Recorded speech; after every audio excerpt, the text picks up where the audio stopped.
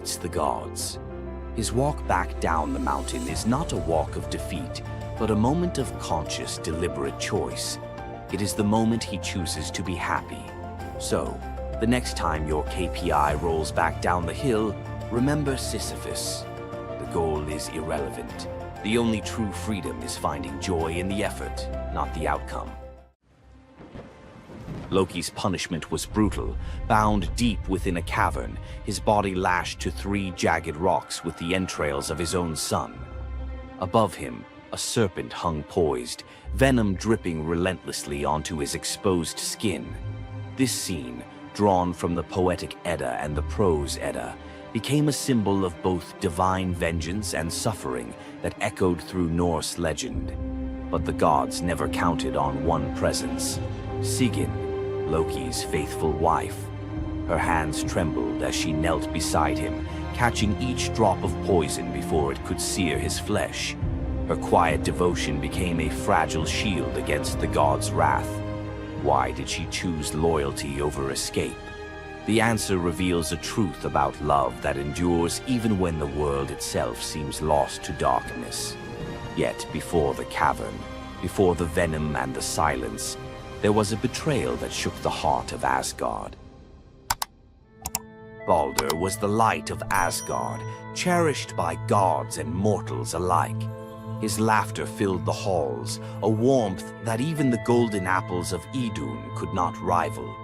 When ominous dreams began to trouble him, his mother Frigg, desperate to protect her son, secured oaths from every creature and object in existence never to harm him. All, that is, except the mistletoe, too slight, too innocent to warrant suspicion. Loki saw opportunity in what others dismissed. He fashioned a dart from that fragile branch and sought out Hoder, Baldur's blind brother. "Here," Loki murmured, placing the weapon in Hoder's uncertain grasp, "let me guide your hand." The dart struck its mark. In an instant, Baldur's light was snuffed out, his presence gone from the world. The gods stood in stunned silence, their joy shattered. Loki lingered in the shadows, the faintest smile on his lips, before slipping away unseen. The prose Edda tells us the pyre burned for 9 nights. Baldur's wife, Nanna, overcome with grief, cast herself onto the flames, her spirit entwined with his. The gods heaped treasures upon the funeral bier, Odin's ring Draupnir, Baldur's own ship Hringhorni, to honor him, but no offering could fill the void left behind. The air grew heavy with suspicion. As the smoke twisted skyward, word spread of an old woman whispering to Hoder in the moments before the fatal blow. When Thor forced the truth from a trembling servant, silence fell like a shroud. Loki's name was not spoken, but its weight pressed upon every heart. The gods had tolerated his mischief, his clever lies, even the theft of Sif's hair. But this was different. The poetic Edda names him plainly: Loki, the guileful who brought it about, from which all misfortune came. Odin convened the gods to pass judgment. No mead flowed, no boasts rang out. The All-Father's single eye burned cold as he named Loki Oathbreaker and Kinslayer. Weapons gleamed in restless hands. Even gentle Friar's fingers tightened around his sword. Loki understood the god's fury. He fled Asgard, his mind racing with schemes. As told in the prose Edda, he built a lodge in the mountains, doors on every side, always watching for his pursuers. Still, he could not outrun their vengeance. Odin's gaze found him, even in hiding. When the gods arrived, Loki tried to slip away, transforming into a salmon to evade capture in the river's swift current. But Thor's grip proved stronger than fate. Dragged back through the gates he once helped raise, Loki passed faces twisted with anger and betrayal. The gods' judgment was swift. The path ahead led not to mercy, but to a place where pain and silence waited in the damp and the dark. They forced Loki into the heart of the earth, a cavern where the air pressed cold and heavy, and every sound echoed off stone walls, slick with damp. Water dripped steadily from above, each drop magnifying the hush that settled over the gods as they set to their grim task. The stench of venom lingered, sharp and persistent, mingling with the iron tang of old blood. Odin's single eye caught the flicker of Skadi's movement. A silent nod passed between them, sealing what would come next. 3 massive boulders, freshly gouged with holes, stood ready. The gods had not brought chains or rope. Instead, they made Loki's punishment a reflection of his own chaos. The prose. Edda tells us they transformed one son, Vali, into a wolf who slew his brother, Nari. With the entrails of Nari turned to iron by the gods' will, they bound Loki fast, wrists, neck, thighs, and ankles locked tight against the unyielding stone. As the Völuspá declares, with the guts of his ice-cold son, the killer is bound. Each knot and twist was deliberate, a reminder that his own blood now held him captive. The weight of the rocks pressed into his flesh, a constant ache that would never fade. Skadi stepped forward, her presence sharp as frost. In her hands, a serpent writhed, its fangs gleaming. She fixed the creature to a stalactite directly above Loki's face. "For Balder," she said, her voice steady and cold. The serpent's jaws parted, and a bead of venom gathered at its tip. It hung for a moment, then fell. Loki's scream reverberated through the cavern, his body arching in agony as the venom burned into his skin.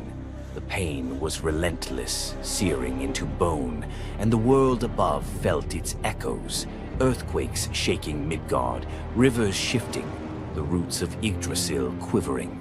The gods watched in silence, their faces unreadable. Justice, they believed, had been served. As the serpent's venom continued its slow assault, the rhythm of torment became all-consuming. The next drop formed, poised to fall. Then a figure emerged at the edge of the chamber, a woman, silent, a wooden bowl cradled in her hands. Sigin's arms were blistered, her sleeves stained, but her grip was unwavering as she stepped into the circle of pain. The cavern held its breath. Sigyn knelt, her presence a quiet defiance. The venom hissed into the bowl, wood darkening with each drop. The gods turned away, their judgment complete, but the story within the cavern was only beginning. The bowl rested in Sigyn's hands, its wooden sides polished by hours of silent endurance. She knelt on the cold stone, skirts bunched beneath her, and waited for the serpent's venom to fall. The first drop struck with a hiss, a thin wisp of smoke curling up as Loki's breath caught in his throat. She kept her gaze fixed on the bowl, her resolve anchored by the rhythm of her task. Time unraveled in the cavern, marked only by the relentless cadence of the venom. Drip, catch. The liquid sizzled as it struck the wood, the heat seeping through Sigyn's calloused palms. Each shift of her grip was subtle, a quiet adjustment to keep the bowl steady as her arms ached. Above, the serpent's shadow twisted over the stone, its coils unmoving, its venom gathering in slow, deliberate drops. Loki whimpered, bracing for pain that had become his constant companion. The sound of his dread was sharper than his cries.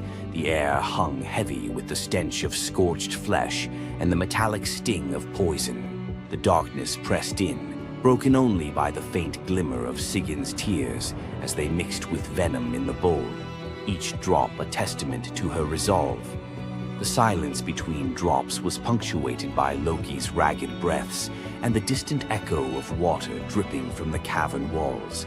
Sigyn's world narrowed to the weight in her arms and the threat above. The bowl filled, the venom rising perilously close to the rim. Sigyn's muscles trembled, but she did not let her grip falter.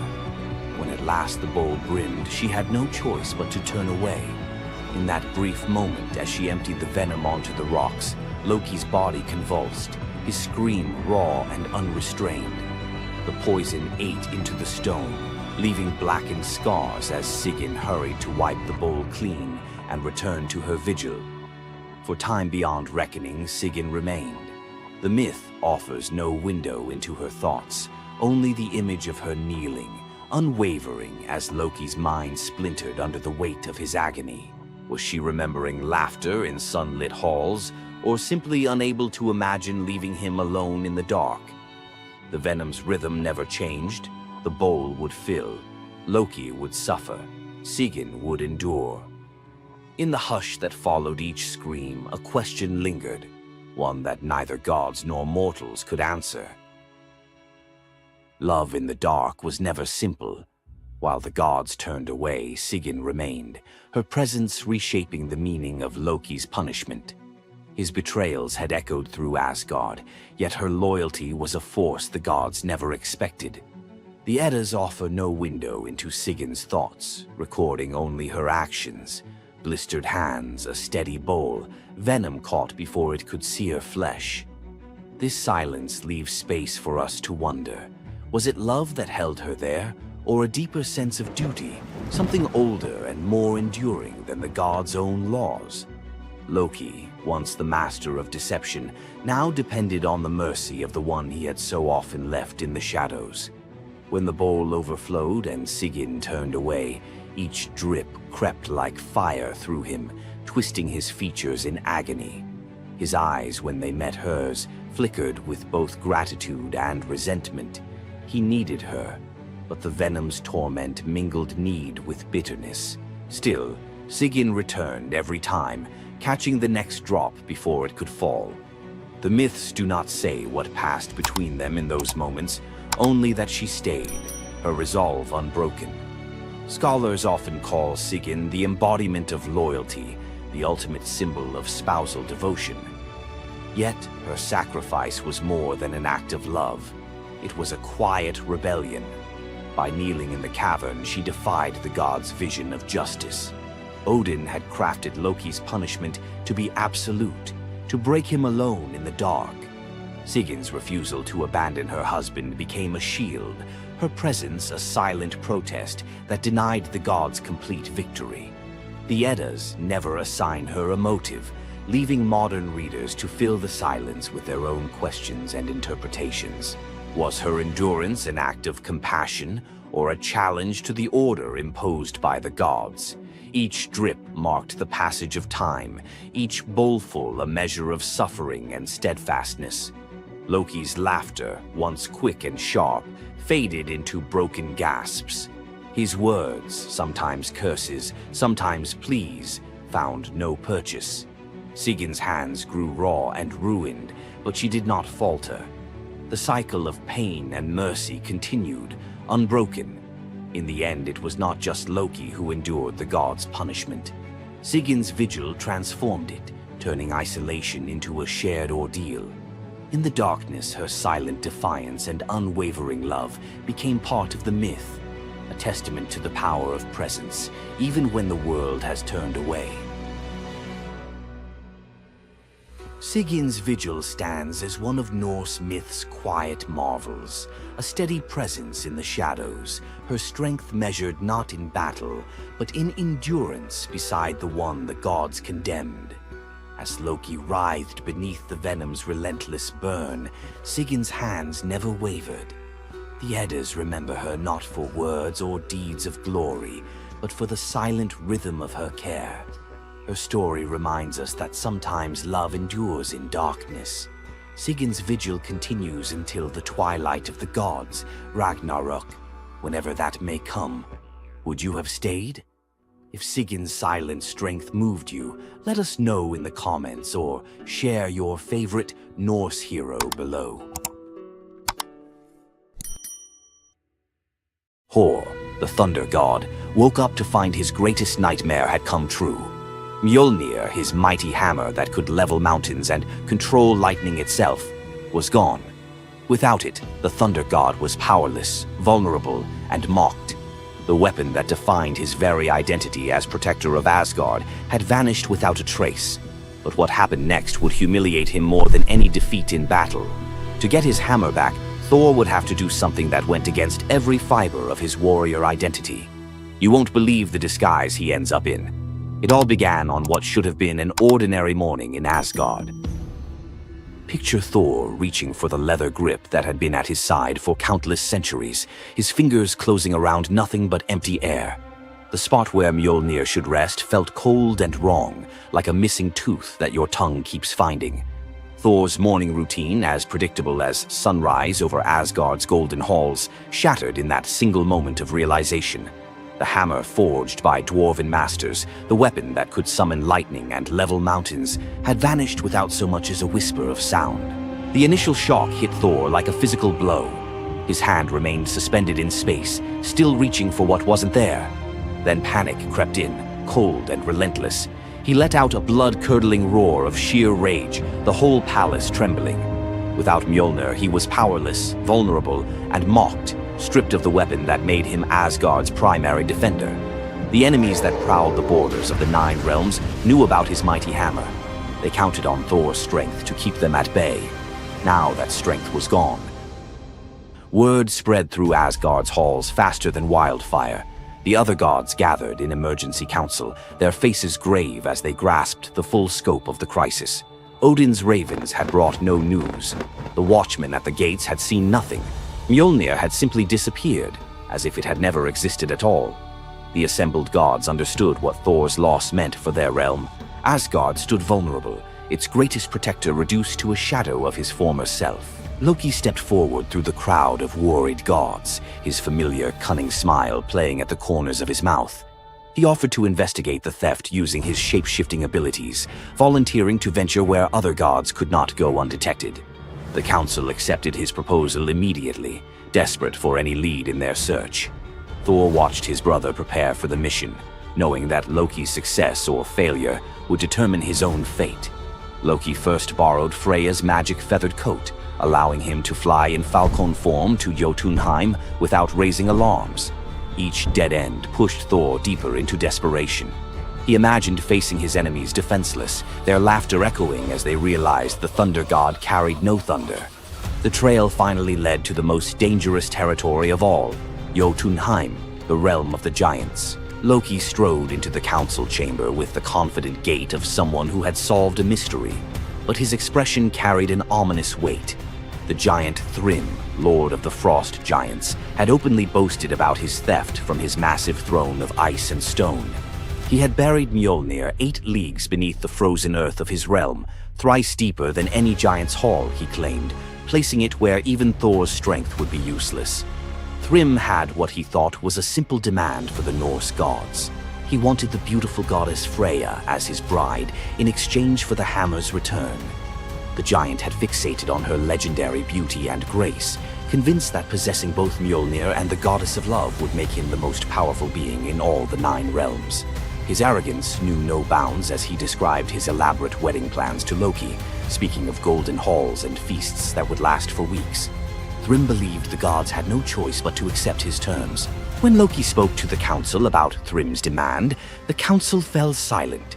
Freya's reaction shattered the tense quiet that followed Loki's report, causing her rage to break the Brysinger necklace, its gems scattering across the floor in glittering fragments.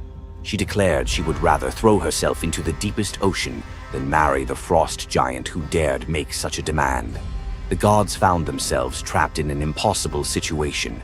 They could sacrifice one of their most beloved goddesses to a giant's lust, or they could leave Thor permanently weakened and Asgard vulnerable to every enemy that prowled the borders.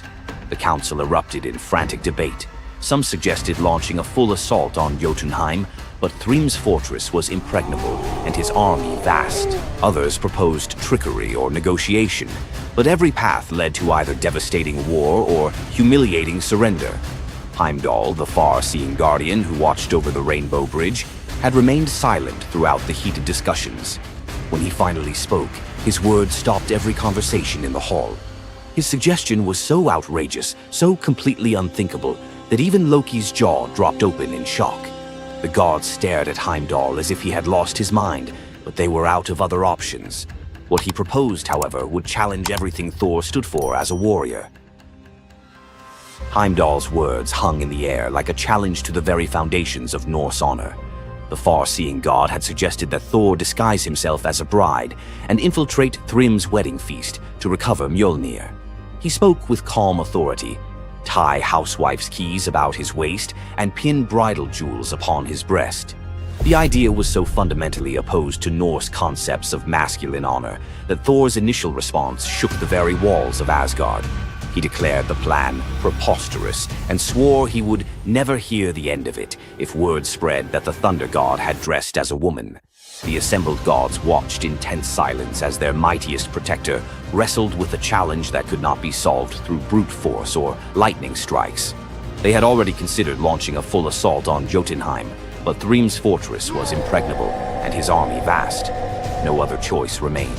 Thor paced the hall like a caged wolf, his massive fists clenched as he grappled with the impossible choice between his warrior's pride and his duty to protect Asgard. Every instinct in his body rebelled against the idea of abandoning his identity as a fearsome warrior to play the role of a delicate bride. Loki stepped forward with barely contained excitement, volunteering to accompany Thor as his maidservant. The trickster god's eagerness to participate in this elaborate deception revealed his true nature. While Thor struggled with the concept, Loki was already plotting the specifics of costumes, mannerisms, and the lies they would need to maintain throughout their dangerous mission. The transformation began with layers of bridal linen draped over Thor's massive frame. Servants brought forth delicate jewelry, housewife's keys that symbolized domestic authority, and a dainty hood for his head. Finally came the precious necklace of Brisingr. Each item added to the disguise felt like another blow to Thor's warrior identity. When he finally looked at his reflection, the god of thunder saw an unconvincing bride staring back at him. Thor finally accepted the plan because no alternative existed. The unlikely pair prepared to set off for enemy territory, where their deception would face its ultimate test among giants, eager to celebrate their lord's triumph. The great hall of Thrym's fortress buzzed with excitement as giants gathered to witness their lord's marriage to the most beautiful goddess in all the 9 realms. Thor sat at the high table in his bridal disguise, surrounded by massive frost giants who raised their drinking horns in celebration. The feast spread before them displayed the giants' wealth and power.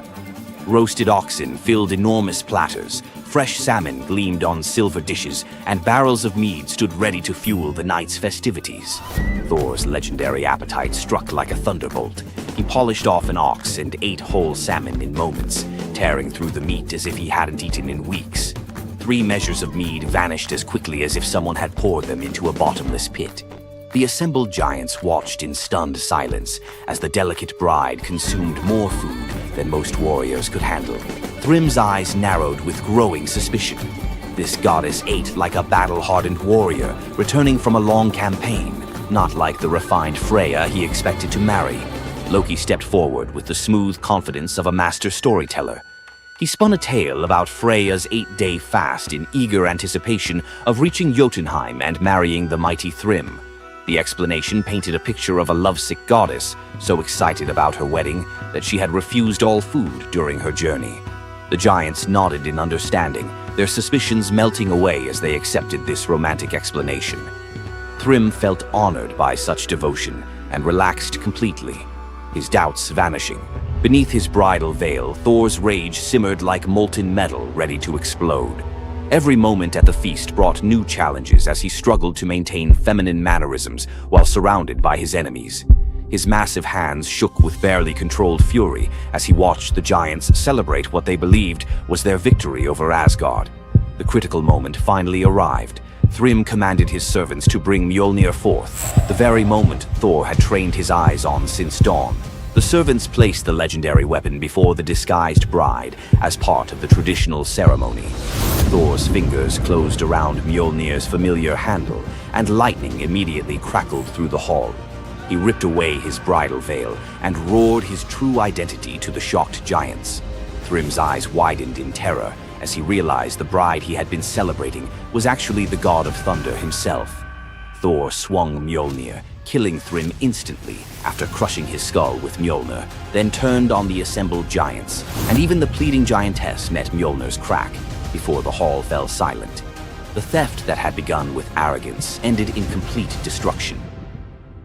This tale reveals how even the mightiest heroes must sometimes sacrifice their pride to protect what matters most. Back in Asgard, the Aesir never spoke of the bearded bride again, though a few still hide a smirk when Thor raises Mjolnir. And we end this story with a very valuable lesson. Never steal Thor's hammer. And if you're going to, don't make him dress like a woman.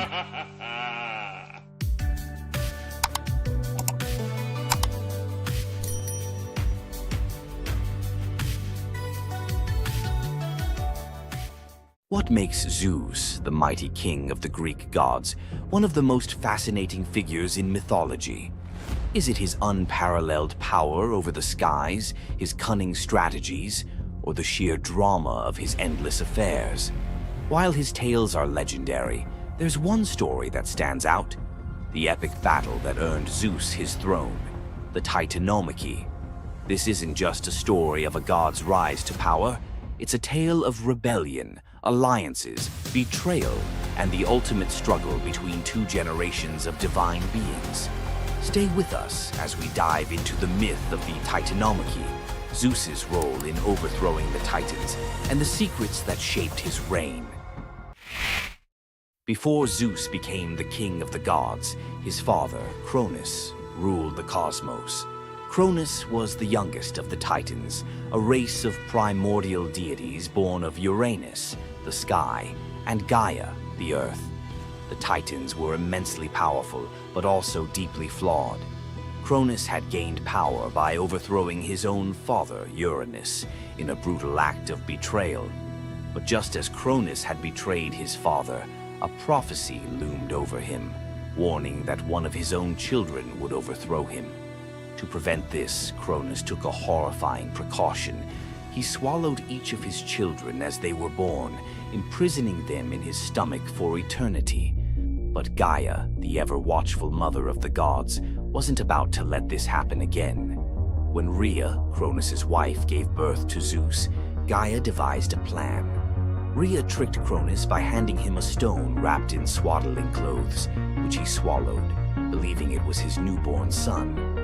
Meanwhile, Zeus was spirited away to a hidden cave on the island of Crete, where he was raised in secret.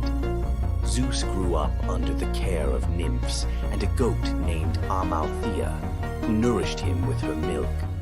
As he matured, Zeus learned of his father's tyranny and vowed to free his siblings and challenge Cronus's rule. Zeus couldn't take on Cronus and the Titans alone. He needed allies. His first move was to rescue his siblings trapped inside Cronus. With the help of the goddess Metis, Zeus tricked Cronus into drinking a potion that caused him to vomit up his children: Hestia, Demeter, Hera, Hades, and Poseidon, fully grown and ready for battle. Now united, the 6 Olympian siblings declared war on Cronus and the Titans. But the Titans were powerful, and the war, known as the Titanomachy, would rage for 10 years with no clear victor. Realizing they needed an advantage, Zeus turned to the most unlikely of allies, the Hecatonchires and the Cyclopes. These were monstrous children of Gaia and Uranus, imprisoned in Tartarus by Cronus out of fear of their immense power. The Hecatonchires had 100 hands and unparalleled strength, while the Cyclopes were master craftsmen. Zeus descended into Tartarus, defeated its terrifying guardians, and freed these imprisoned beings. In gratitude, the Cyclopes forged weapons for Zeus and his brothers. Zeus received the thunderbolt, Poseidon the trident, and Hades a helmet of invisibility. With these tools and the raw power of the Hecatonchires, the Olympians finally had the upper hand. The final clash of the Titanomachy was a cosmic spectacle.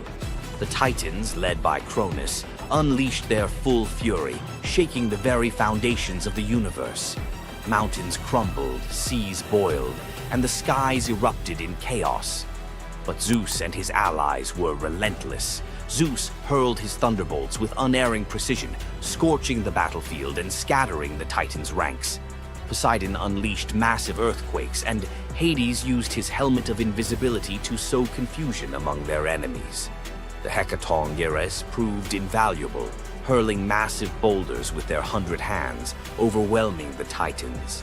One by one, the Titans fell, their immense power no match for the combined might of the Olympians and their allies. Cronus was the last to fall. Zeus struck him down with a thunderbolt so powerful that it split the skies. With Cronus's defeat, the Titanomachy was over. With the Titans defeated, Zeus and his siblings faced a choice: what to do with their vanquished foes.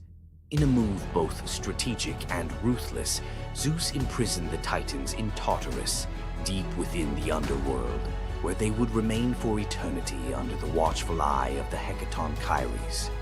Zeus then divided the cosmos with his brothers.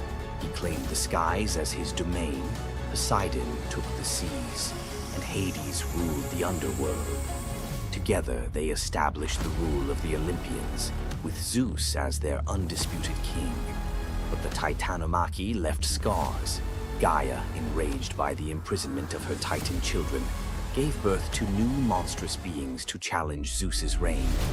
Among them was Typhon, a creature so fearsome that even the gods trembled before him.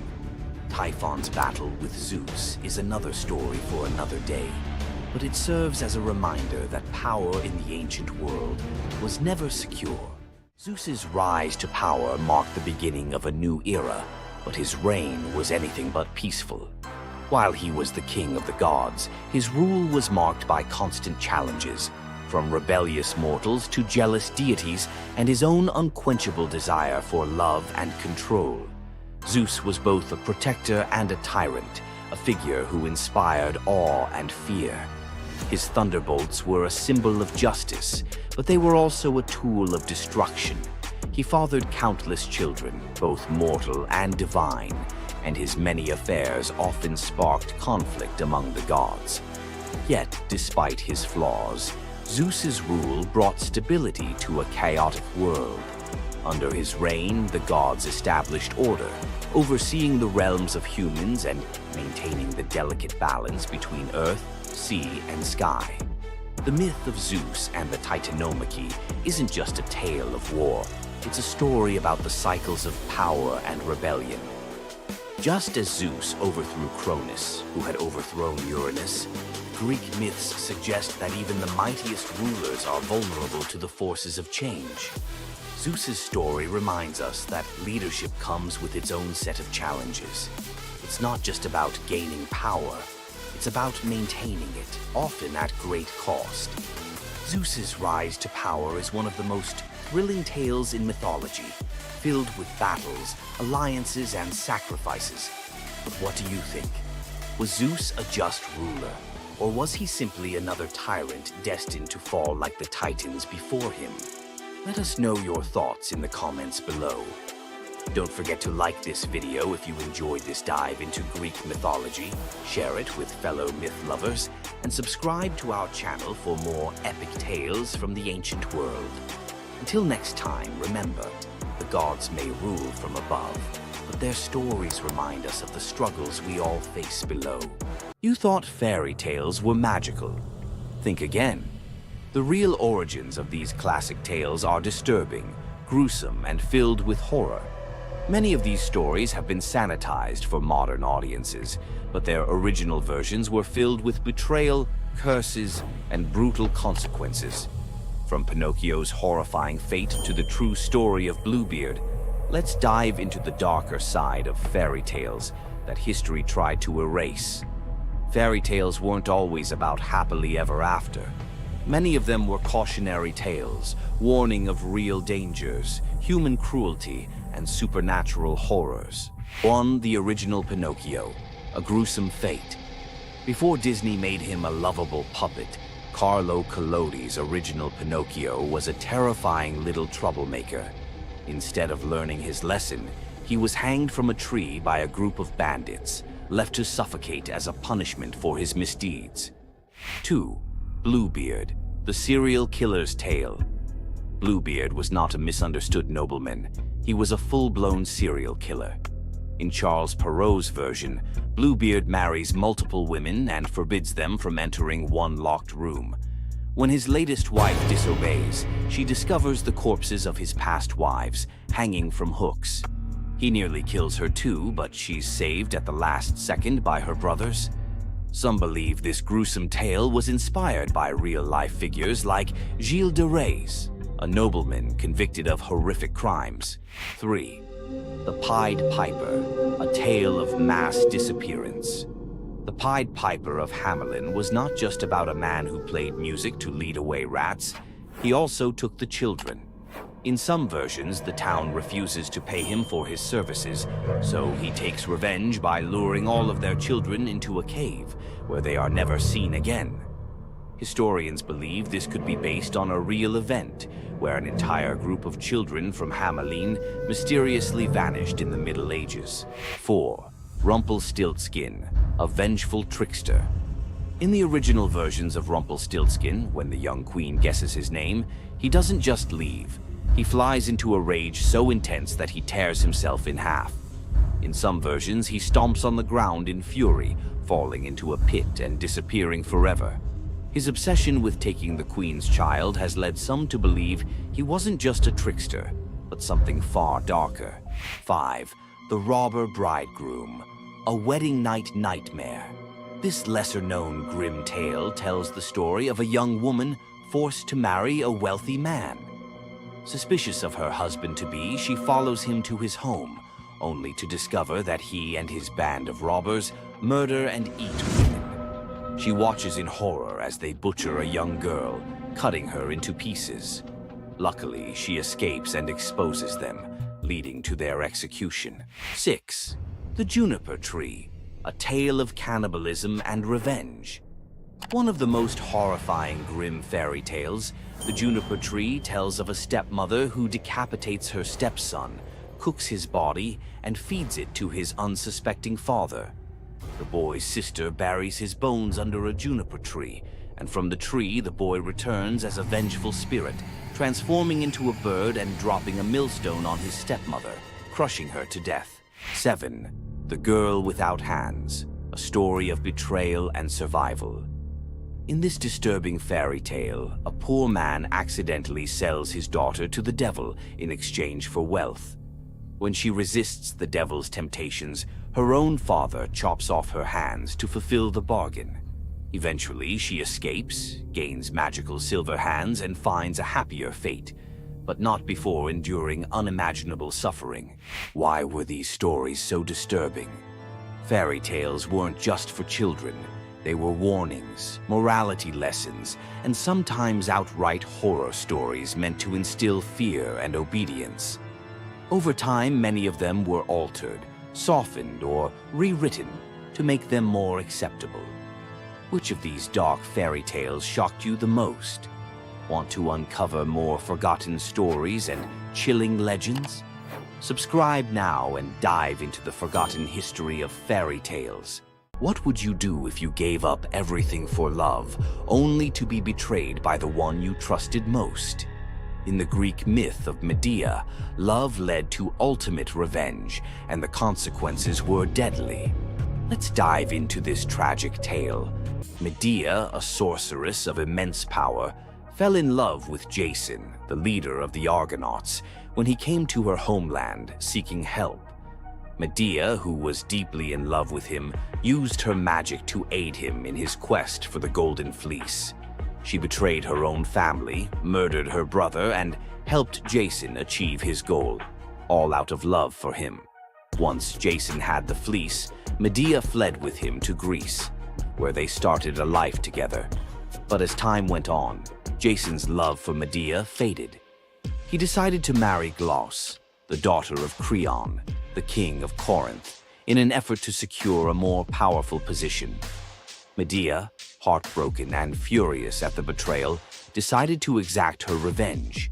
She used her powers to craft a poison so deadly that it would burn Glauce alive when she put on a beautiful dress that Medea had sent her as a gift. But Medea didn't stop there. In her grief and rage, she murdered her own children, Jason's children, to ensure he would suffer the most for his betrayal. The pain of losing everything she loved was unbearable, and Medea, having left nothing behind but destruction, fled to Athens, leaving Jason to wallow in his sorrow and regret. Medea's story is a tragic reminder of the destructive power of betrayal and the extreme lengths to which love can drive someone. Sometimes love is not only blind, but it can also lead to devastation and vengeance. Does Medea's vengeance leave you thinking about the darkest side of love? Subscribe for more ancient Greek myths filled with twists, power, and passion. Ever wondered what it would be like to walk through the ancient world and encounter mythical creatures from Greek mythology? Get ready to meet the beasts that shaped legends. In Greek mythology, creatures were more than just beasts. They were symbols of the forces of nature, God's will, and humanity's struggle with the unknown. From the terrifying Minotaur lurking in the labyrinth to the mesmerizing sirens luring sailors to their doom, these creatures were as captivating as they were dangerous. The mighty Hydra, with its multiple heads that regrew each time they were cut off, was a symbol of unstoppable power. The Cerberus, the three-headed dog guarding the gates of the underworld, represented the barrier between life and death. But not all mythical creatures were monsters. The graceful Pegasus, a winged horse born from the blood of Medusa, symbolizes freedom and the pursuit of the heavens. These creatures still live on in our stories, haunting the shadows of ancient Greece and whispering through the winds of time. Which Greek mythological creature fascinates you the most? Share your thoughts and don't forget to subscribe for more legendary tales from Greek mythology. Imagine being one of the greatest hunters in the world, known for your unmatched speed and skill. But despite all your abilities, your destiny is determined by a simple golden apple. Let me tell you the tragic tale of Atalanta, the huntress who couldn't escape her fate. Atalanta was abandoned at birth by her father, Zeus, who didn't want a daughter. Left to die in the wilderness, she was raised by a she-bear, learning to hunt and survive. As she grew, Atalanta became a legendary warrior, her skills in hunting unmatched. But no matter how great she became, she could never escape one thing: her prophecy. A prophecy foretold that Atalanta would only marry a man who could outrun her in a race. As the years went by, many suitors came, eager to win her hand. But Atalanta, fiercely independent, defeated them all. Her speed was unbeatable, and no man could match her skill. Then came Meleager, a brave hero who had heard of Atalanta's strength and beauty. Unlike the others, he didn't boast about his abilities. Instead, he came prepared with a plan. Meleager, knowing Atalanta's curse, asked the goddess Aphrodite for help. She granted him 3 golden apples, which he used to distract Atalanta during their race. As Atalanta raced ahead, confident of her victory, Meleager tossed the apples one by one in her path. The golden apples were so beautiful, they distracted Atalanta just enough to slow her down. In the end, Meleager won the race, and Atalanta was forced to marry him, despite her reluctance to give up her independence. But the story doesn't end in happiness. Atalanta and Meleager's marriage was plagued with regret. Atalanta, still driven by her need for freedom, felt trapped by the very love she couldn't escape. And in the end, Meleager, whose destiny was also marked by the gods, tragically died before she could ever truly be free. Atalanta's story is a tale of love, fate, and the clash between personal destiny and desire. Despite her unmatched strength and independence, her fate was sealed by love, and her story remains a tragic reminder of how even the most powerful can be brought down by what they cannot control. If Atalanta's bittersweet story of fate and love left you in awe, subscribe for more untold Greek myths and the heroes who shaped the ancient world. You've heard of a goddess whose beauty was unmatched. But what if I told you that her beauty wasn't what it seemed? In fact, her allure led to some of the darkest consequences in ancient myth. This goddess, adored by many, held the power to captivate anyone with a mere glance. She was so beautiful that her charm could sway the gods, kings, and mortals alike. But this beauty came with a deadly price. The goddess we're talking about is none other than Aphrodite, the Greek goddess of love and beauty. While she is often depicted as the epitome of grace, sensuality, and allure, her beauty was more of a curse than a gift. Aphrodite's powers extended beyond just physical beauty. Her charm was irresistible, but it came at a cost. Her very presence could bring turmoil. Many heroes and kings fell victim to their obsession with her. Take Paris, for instance. His decision to choose Aphrodite as the fairest of the goddesses set in motion the events that led to the Trojan War. His desire for her beauty caused the death of thousands and the fall of Troy. But Aphrodite's beauty didn't just destroy men, it could break gods too. The tale of her and Ares, the god of war, exemplifies this. While Aphrodite was married to Hephaestus, the god of blacksmiths, her passionate affair with Ares led to chaos among the gods. Her beauty wasn't just about attraction, it caused jealousy, betrayal, and ultimately destruction. Despite her dazzling appearance, Aphrodite was also a figure of deceit and destruction, proving that beauty, when it holds such power, can be dangerous. It's no wonder the ancient Greeks warned that appearances can be deceiving. Aphrodite's beauty may have dazzled the world, but her story teaches us that sometimes what's on the surface can mask a much darker reality. So, was Aphrodite's beauty a blessing or a curse? The myths suggest that beauty, when wielded by the gods, is never what it seems. If you want to uncover more hidden truths about gods and goddesses from the ancient world, hit that subscribe button. There's so much more to explore in these captivating stories of the past. Imagine having a wish so powerful that everything you touch turns to gold. Sounds like a dream, right? But for King Midas, this dream turned into a nightmare. Let's dive into his tragic story. Once upon a time, King Midas ruled over a prosperous kingdom known for his wealth and opulence. But Midas wasn't just content with riches. He wanted more. He wished for the ability to turn anything he touched into gold. One day, the god Dionysus appeared before him and, impressed by Midas's devotion, granted him the wish. At first, Midas was overjoyed. Everything he touched, his food, his treasures, his furniture, transformed into gold. His wealth grew beyond imagination, and his joy knew no bounds. But soon, Midas realized the curse of his wish. He touched a rose, gold. He touched his food, gold. Desperate for a meal, he tried to drink water, gold. In horror, Midas realized that even his daughter, whom he loved dearly, turned into a lifeless golden statue when he touched her. Furious with the consequences of his greed, Midas begged Dionysus for mercy. The god, seeing the king's suffering, told him to wash in the river Pactolus. And in that moment, Midas's golden touch was taken away. The river's waters, now imbued with Midas's curse, carried gold downstream, forever tainting the land. King Midas's story is a reminder that greed often blinds us to the consequences of our desires. His once prized gift became his greatest curse, teaching us that not all treasures are worth the price. If King Midas's tale of power and greed left you thinking, make sure to subscribe for more epic Greek myths and their timeless lessons. Stay tuned for more stories of fate, love, and the gods' wrath. Imagine a woman so terrifying that a single glance from her could turn anyone into stone. Medusa, a name that echoes through history as a monster, a villain, and a symbol of pure horror.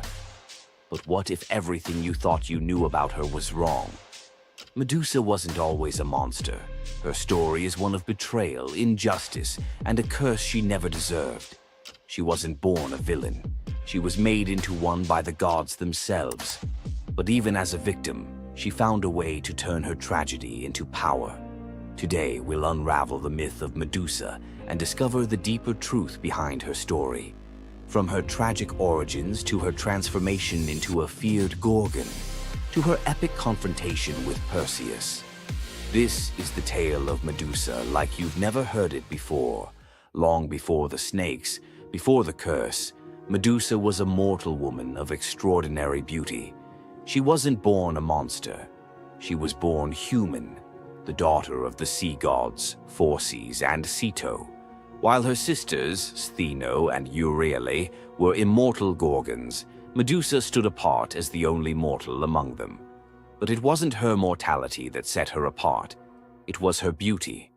Medusa's golden hair, radiant complexion, and striking eyes captured the attention of everyone, even the gods. She served as a priestess in the temple of Athena, goddess of wisdom and war, vowing to remain pure and devoted to the goddess. This is where her life took a tragic turn. According to the myth, Poseidon, the god of the sea, became infatuated with Medusa. Overcome by desire, he pursued her relentlessly, and one fateful day he cornered her in Athena's temple. Medusa, defenseless, could not escape his wrath. But instead of protecting her, Athena turned her fury against Medusa. The goddess, enraged by the desecration of her temple, cursed Medusa for what had happened, punishing the victim instead of the perpetrator. Athena's curse transformed Medusa into a Gorgon, a being so hideous that no one could bear to look at her. Her golden hair turned into a nest of venomous snakes, and her eyes became so powerful that a single glance could turn living creatures to stone. This moment defined Medusa's new existence. Once revered for her beauty, she was now feared and hunted as a monster. But beneath the horror of her transformation lay a deeper question. Was Medusa truly cursed, or had she been given a weapon to defend herself in a world that had betrayed her? Medusa fled from civilization, retreating to a remote island where she lived in solitude. Here she came to terms with her new form and the terror it inspired. The snakes in her hair hissed constantly, and her reflection, once a source of pride, was now a weapon she couldn't dare to look at. But the world wouldn't let her rest. Tales of the monster of the island spread across Greece, and soon warriors came seeking glory by trying to slay her. None succeeded. Each challenger who entered her domain fell victim to her petrifying gaze, their bodies forever frozen in stone. Medusa's life became one of survival, fending off those who sought to destroy her while grappling with the isolation of her curse. She was trapped in a cycle of violence she didn't choose, but couldn't escape. As the years passed, Medusa's story became twisted. In the eyes of mortals, she was no longer the victim of a cruel curse, but a monster to be feared. The tragic young woman was lost to legend, replaced by the image of a terrifying villain. Enter Perseus, a young demigod with a destiny to fulfill. Tasked with bringing back Medusa's head as proof of his strength, Perseus embarked on a perilous journey to find her. But unlike the warriors before him, Perseus wasn't relying solely on his skill. He had the favor of the gods. Athena and Hermes provided Perseus with gifts to help him on his quest. Winged sandals to fly, a reflective shield to avoid Medusa's gaze, and a sword sharp enough to cut through anything. Most importantly, he was given a magical bag to safely carry her severed head. Perseus's journey to Medusa's lair was filled with danger, but none compared to the final challenge, facing the Gorgon herself. When Perseus arrived, Medusa was sleeping. For the first time in years, she looked peaceful, an almost human reminder of who she once was. But Perseus couldn't afford to hesitate. Using the reflective shield as a mirror, he avoided her petrifying gaze and struck with precision, severing her head in one swift motion. The blood that spilled from Medusa's neck gave birth to two incredible beings, Pegasus, the winged horse, and Chryser, a golden giant. Even in death, Medusa's body produced miracles, a testament to the power she had carried within her. Perseus carried Medusa's severed head back to Greece, where it became both a trophy and a weapon. Her gaze retained its power, turning enemies into stone, and Perseus used it to defeat his foes and protect his people. But Medusa's story didn't end with her death. Over time, her image transformed from that of a monster to a symbol of strength and defiance. Women, especially, began to reclaim her story, seeing her as a figure who resisted the gods and survived unimaginable betrayal. Today, Medusa is more than a mythological figure. She's an icon. Her face appears in art, literature, and even modern movements that challenge systems of power and oppression. But the question remains, was Medusa truly a monster, or was she a victim of a world that feared her power? Medusa's story is a reminder that myths are more than just tales of gods and heroes. They're reflections of human nature, of the injustices and triumphs we still see today. So, what do you think? Was Medusa a villain, or was she a misunderstood symbol of resilience? Leave your thoughts in the comments. Give this video a like if you found her story as fascinating as we did. And don't forget to subscribe to the channel for more deep dives into the myths and legends that continue to shape our world. Until next time, keep questioning, keep exploring, and keep looking beyond the surface. We all know Zeus, king of the gods, whose power seems absolute. But there's an ancient force even he won't cross. This is the story of how Zeus was humbled by the goddess of night herself, Nyx. Long before Zeus, there were primordial gods who were the universe's core forces. The most powerful was Nyx. Born from chaos, she is the night. Her domain is the inescapable shadow that falls over the world, and her children are forces like Hypnos, god of sleep, and Thanatos, god of death. Our story starts during the Trojan War. A furious Hera wanted to help the Greeks against Zeus's orders. To do it, she needed Zeus asleep. She went to Nyx's son, Hypnos, with an irresistible offer: put the king of the gods into a deep slumber. Hypnos was terrified. He'd helped Hera once before, and when Zeus woke up, his rage was legendary. He hunted Hypnos, ready to hurl him into the sea. The desperate god of sleep fled to his mother, Nyx. When Zeus arrived, he stopped dead. Unwilling to offend the ancient knight, he retreated. Despite the memory, Hera's new offer was too good to pass up. Hypnos put Zeus to sleep, and Hera got her wish. But this story from Homer's Iliad isn't about the trick. It reveals Zeus's deep, reverent fear of offending night. Nyx's power isn't about force. It's her very essence, a cosmic order he dared not challenge. The clash between Zeus and Nyx wasn't a battle of thunder and shadow, but of authority versus primordial power. Nyx's presence alone was enough to remind Zeus that even he has limits. The brilliant order of the day must always give way to the profound mystery of the night. If you enjoyed this trip into mythology's shadows, like this video and subscribe for more.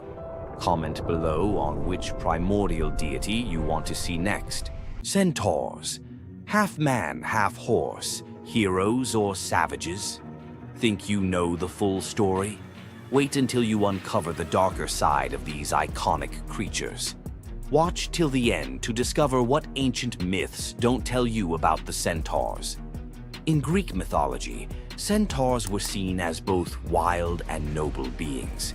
They were often depicted as powerful warriors, famous for their strength and skill in battle. But what if the truth behind them was far more sinister than anyone imagined? While some centaurs, like Chiron, were revered for their wisdom and kindness, many others were violent, uncontrollable creatures. These savage centaurs were known for their drunken brawls and uncontrollable rage. The most infamous event? The Battle of the Lapiths and Centaurs, where they fought against the Lapiths during a wedding feast, leading to a massacre of both men and women. Their brutal behavior was more than just a mythological tale. It symbolized the chaos that could occur when civilization collided with the wild, untamed forces of nature. But why did the Greeks depict centaurs this way? Was it a cautionary tale about the dangers of unchecked power and savagery, or a deeper reflection on humanity's struggle between reason and instinct? The darker truth behind the centaur myth might just hold the key to understanding the wild, primal side of ancient Greek culture. Centaurs are more than just mythical beasts. They represent the conflict within us all. If you're fascinated by the hidden truths of ancient myths, don't forget to subscribe for more dark stories from Greek mythology. Every Monday you log on. Every quarter you hit your targets. Every year you get a new set of KPIs, and every time the boulder rolls right back down the mountain. You feel trapped in a cycle of meaningless repetition. You call it the 9-to-5 grind. The ancient Greeks called it Sisyphus. Sisyphus was not a hero. He was a master manipulator, the most cunning king in all of Greece. He betrayed Zeus to a river god just to get a freshwater spring for his city. But his masterpiece of arrogance? He cheated death itself. When Thanatos, the personification of death, came for him, Sisyphus tricked him, binding him in chains. For days the world was thrown into chaos. No one could die. Warriors fought endlessly without consequence. The natural order collapsed. The gods finally intervened, freeing Thanatos and dragging Sisyphus to the underworld. But even here, Sisyphus had one last trick. He convinced Hades to let him return to the surface for just one day to punish his wife for not giving him a proper burial. Of course, he never returned. The gods, finally done with his games, devised a punishment that perfectly matched his crime: eternal, meaningless effort. Sisyphus was condemned to push a massive boulder up a steep hill. He would strain, fight, and claw his way to the summit, only for the weight of the universe to drag the rock back down the moment he reached the top. It's the ultimate metaphor for the modern corporate world. You spend 3 months pushing a quarterly report. You reach the summit. You celebrate. Then the boulder rolls down, and the next quarter begins. The goal is never achieved. The progress is an illusion. You are Sisyphus. But here is the revolutionary twist, the secret that transforms the myth. The philosopher Albert Camus saw Sisyphus not as a victim, but as the absurd hero. Sisyphus's freedom doesn't come from escaping the mountain, but from accepting the struggle. The moment he acknowledges the futility, the moment he finds meaning in the push itself, in the sweat, the effort, the sheer defiance of continuing, he defeats the gods. His walk back down the mountain is not a walk of defeat, but a moment of conscious, deliberate choice. It is the moment he chooses to be happy. So, the next time your KPI rolls back down the hill, remember Sisyphus. The goal is irrelevant. The only true freedom is finding joy in the effort, not the outcome. Loki's punishment was brutal. Bound deep within a cavern, his body lashed to 3 jagged rocks with the entrails of his own son. Above him, a serpent hung poised, venom dripping relentlessly onto his exposed skin. This scene, drawn from the Poetic Edda and the Prose Edda, became a symbol of both divine vengeance and suffering that echoed through Norse legend. But the gods never counted on one presence: Sigyn, Loki's faithful wife. Her hands trembled as she knelt beside him, catching each drop of poison before it could sear his flesh. Her quiet devotion became a fragile shield against the god's wrath. Why did she choose loyalty over escape? The answer reveals a truth about love that endures even when the world itself seems lost to darkness. Yet before the cavern, before the venom and the silence, there was a betrayal that shook the heart of Asgard. Balder was the light of Asgard, cherished by gods and mortals alike.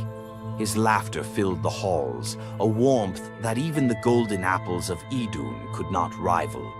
When ominous dreams began to trouble him, his mother Frigg, desperate to protect her son, secured oaths from every creature and object in existence never to harm him.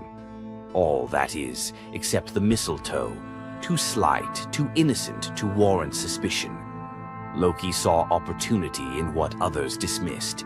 He fashioned a dart from that fragile branch and sought out Hoder, Baldur's blind brother.